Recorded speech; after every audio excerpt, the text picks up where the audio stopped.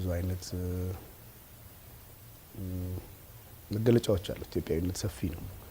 በተቻለ መጠን አቅሜ በፈቀደ መጠን የቻልኩትን ያህል በመነካካት የተለያዩ ቋንቋ በመጠቀም በአጠቃላይ ግን ኢትዮጵያን አንድ የሚያደርግ ሀሳብ፣ ይቅር መባባልን የሚያሰፍን ሀሳብ፣ ፍቅርን የሚያሰርጽ ሀሳብ ይዞ ለመቅረብ ነው የሞከርኩት። ከዛ በተለፈ ኢትዮጵያ ሲባል ዛሬ የተፈጠረ ሀገር አይደለም። ዛሬ ብቻ የሚኖርም አይደለም፣ ወደፊትም የሚቀጥል ነው።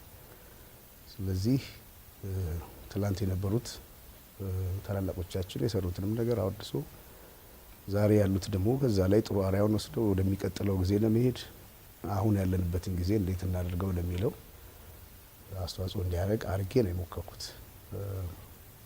አቅሜ በፈቀደ መጠን። አደራደሮቹም ራሱ ሙዚቃው ራሱ ነው የሚፈላለገው፣ ሳታስበው ነው አንዱ ካንዱ ጋር እየተነጋገረ ይሄዳል። ያ ደግሞ ሁሉ ጊዜ ስራ ላይ ስትሆን እየነገረህ ይመጣል እና ሳታስበው መልክ እያዘ ይመጣል። የፈጠራ ስራ በነፍስ የምትሰራው ቢሆንም አይምሮ ደግሞ እንድታስብ ነው የተፈጠረው። ስለዚህ ያን ደግሞ መልክ የማስያዝ ስራ ደግሞ ከፈጠራው በኋላ ያለውን ነገር አብረት አድርገዋለህ። እንደዛ ነው። እንደውም ካነሳልኝ ሀሳብ ጋር ሊጠጋጋ ይችላል ብዬ ነው። የመጪው ዘመን ፊት ናት መሪ፣ ዛሬ ዓለም ቢላት ኋላ ቀሪ ይላልና ኢትዮጵያ በሚለው ሙዚቃ ውስጥ ማለት ነው።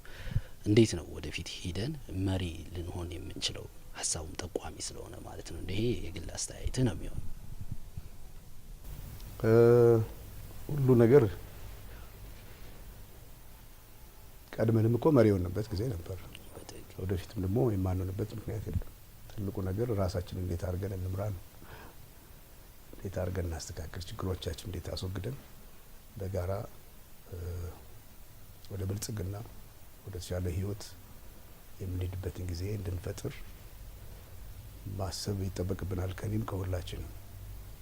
ያ ከሆነ ከተባበርን፣ በተለይ ህብረት ከሌለ፣ መተባበር ከሌለ የትም ሊደረስ አይችልም። ቴዎድሮስ ማለት ቀኝ እጁ ብቻ አይደለም፣ ወይ ግራ እጁ ብቻ አይደለም፣ ወይ አንድ ጣቱ ብቻ አይደለም። ሁሉም ተሰብስቦ ነው አንድ ሰው የሚሆነው። አይደለም አንድ ሀገር ለመሆን አንድ ሰው ለመሆንም ሁሉ ነገር ያስፈልጋል እና እኛ እንደዛ ነው መሆን ያለብን ብዬ አስባለሁ። የተለያዩ ሀገራት በአሁኑ ሰዓት አንድ እየሆኑ ነው ያሉት። የአንድነትንም ዋጋ ደግሞ ትልልቅ ከሆኑ ሀገሮች መማር ይቻላል። ብዙ የሚያግባቡን፣ ብዙ ልናደርግ የምንችላቸው፣ አብረን የምንሄድባቸው የምንችላቸው ብዙ ነገሮች አሉ። የተሟላ አንድነት ያስፈልገናል። ተነቃቅቶ የሚጠብቅ ከሆነ አብሮ ለመሄድ አይቻልም። ይሄ ደግሞ እኔ የምናገረው ቃል ብቻ ሳይሆን የዚህ ዓለም አራት ማዕዘን እውነት ነው እና ካለ መተባበር መተባበር ይሻላል እና በዚህ ነው ማምነው እኔ። እንደው ይህም ሀሳብ ቀጣዩን ሀሳብ ሊመራን ይችላል ብዬ ስላሰብኩ ነው። ብዙ የድል ታሪኮች አሉ። መሸነፍ በሚመስል ውስጥም በራሱ ትልቅ ድል አለ በእኛ ታሪክ ውስጥ ማለት ነው እና የድል ታሪኮች